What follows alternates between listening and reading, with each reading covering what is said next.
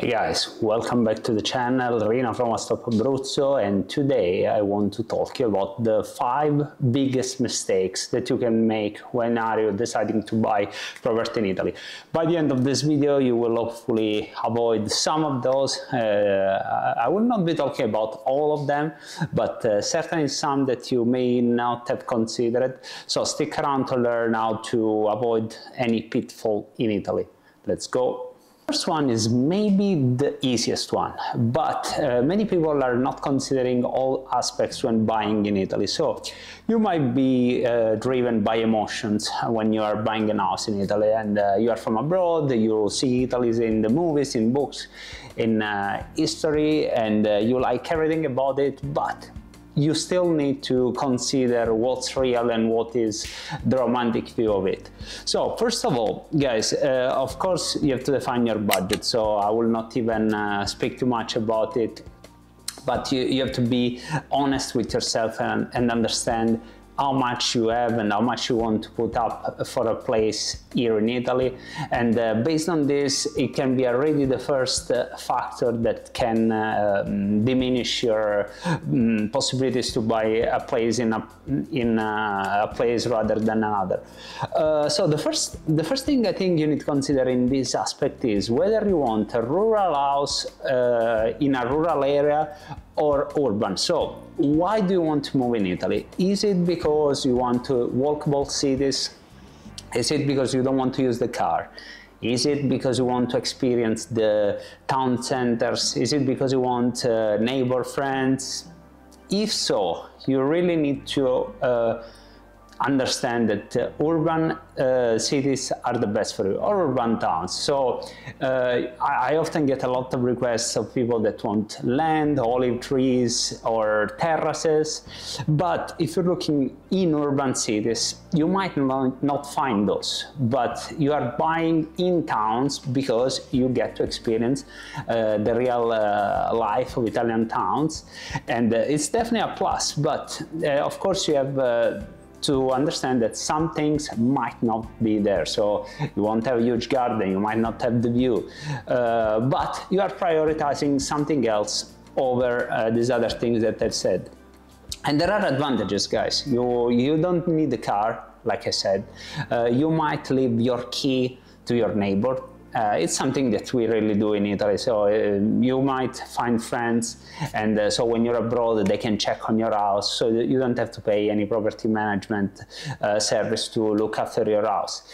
You get network connections with plumbers, electrician, you know, because it's easier in town. You just go to the bar and you go like, oh, I have to do this, do you need a plumber? Yes, and you get you know, your wide services all covered. So there are definitely benefits on that. Of course you might not have, like we said, the views. So we go back to the advantages of the rural areas. So instead, if you are just outside the towns, you might have amazing olive trees, you can grow your crops, your produce, maybe you want animals, you can farm animals, you have agricultural land is very cheap in Italy, so, or you want a swimming pool, you have everything outside of the town. So you really need to see your priorities. I mean, once you decided you want to live in Italy, what are your priorities? Based on this, start narrowing down your choices. And if you have doubts, of course, feel free to write to me. Always in this domain, it's important to understand also what do you want to do with your property when you are not here. If you're buying to not move here, you know, if it's buying as an investment. So do you want to rent it out? If so, you have to be really careful on where you buy the place, because not many cities, especially in Abruzzo, this video is about Italy as a whole, but I mostly work in Abruzzo if you've seen my videos. Especially in Abruzzo, not all towns have a steady influx of tourists, you know, so you might find that you know, rent can be tricky in some months, you know. It's not like areas where, I don't know, Siena or Milan, where you always rent your place, you know. You might be in towns where you're unable to rent the place. So something really to consider if you're looking at an investment opportunity. Okay, on to the other mistakes. Do your research about the area. We touched briefly on the previous point. So is your goal to access the public transport, do not use the car? Great. I applaud it for you. I do miss using only public transport.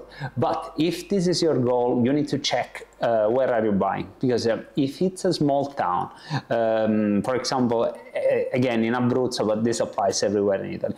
If it's a small town, you might have only 4 buses, you know, during the day, and you might be limited while moving around. There always be that little grocery shop to buy stuff, primary stuff, but you know, do you want to go to big malls? Yes and no. Do you want town street, a street with full of shops? Yes, no. So you really need to do your research and see where the town is.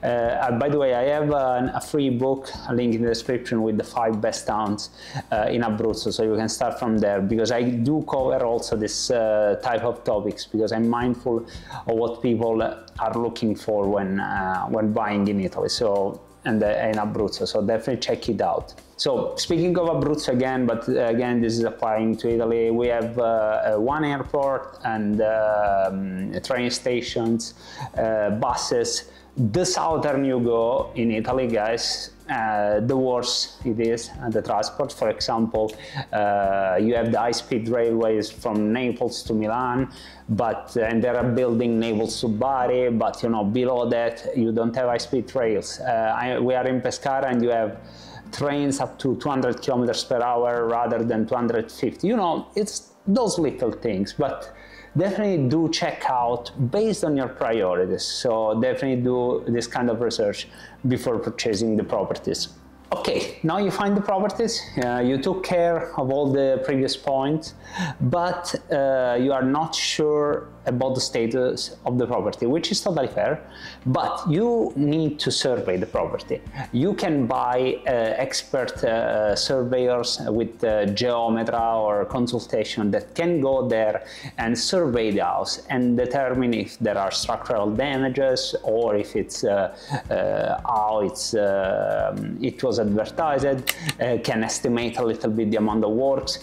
Definitely do this kind of due diligence when buying a property, especially if it's an old one. And I know that a lot of cheap ones are old properties, so there might be little things that needs to be fixed, you know, can be plumbing, electrical, roof. So definitely make sure you have the house surveyed if you are not 100% sure of the agency that you're using.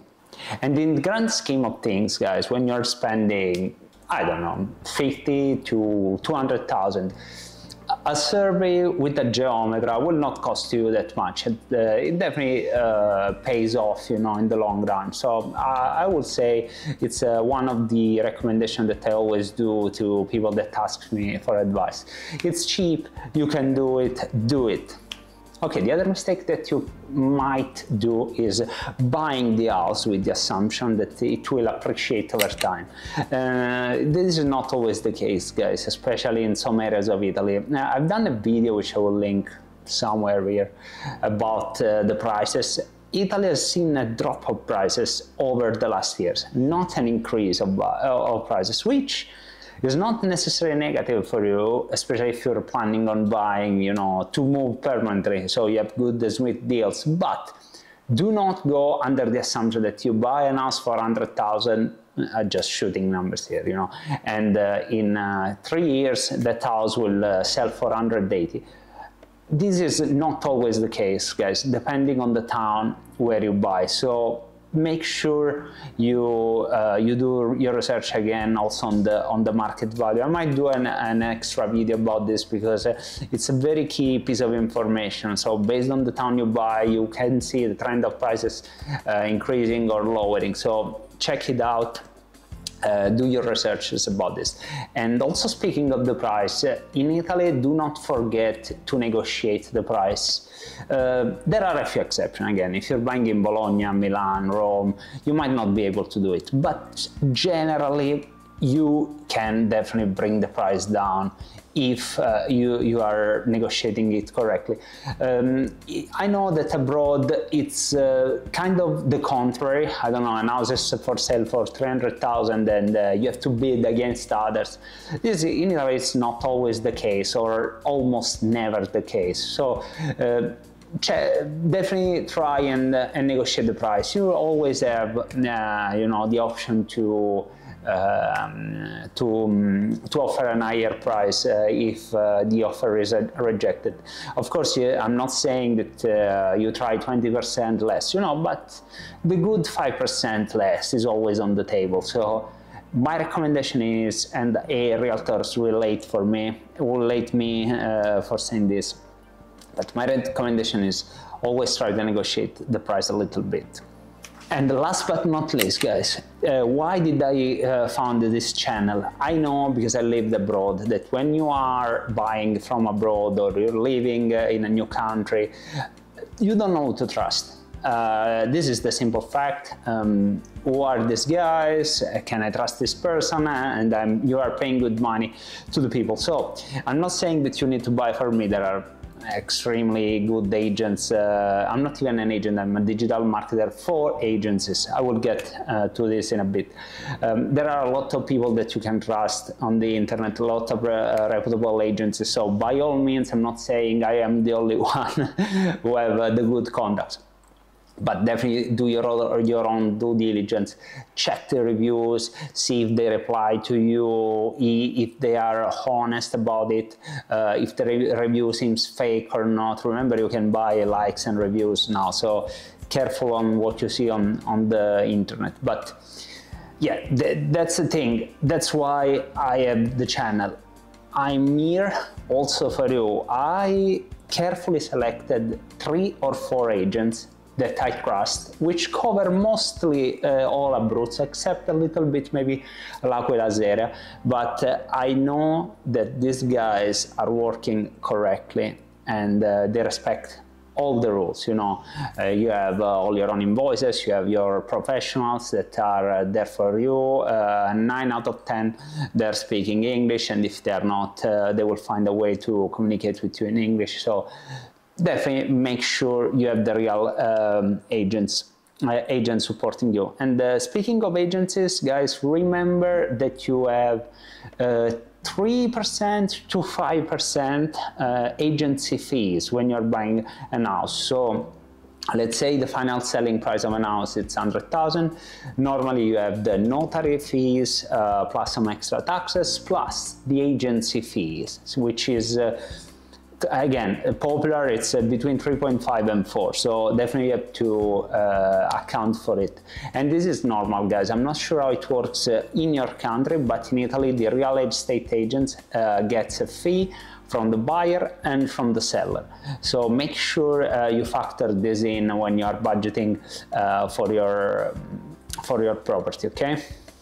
Okay guys, there you have it. So to summarize, understand what you want from your property, research the area, negotiate the price, and don't buy with the assumption that it will appreciate over time, and select the correct agents. Those are the main takeaways of this video. And guys, if you need help and you selected your house in Abruzzo, remember, I can help. Thanks for all the support that you showed in the past year, and I hope you like this sort of videos. And if you want me to explain other topics about houses, areas here in Abruzzo, or even in Italy, feel free to comment in the video so I can expand and reply to you. Thank you so much for watching, and see you on the next video.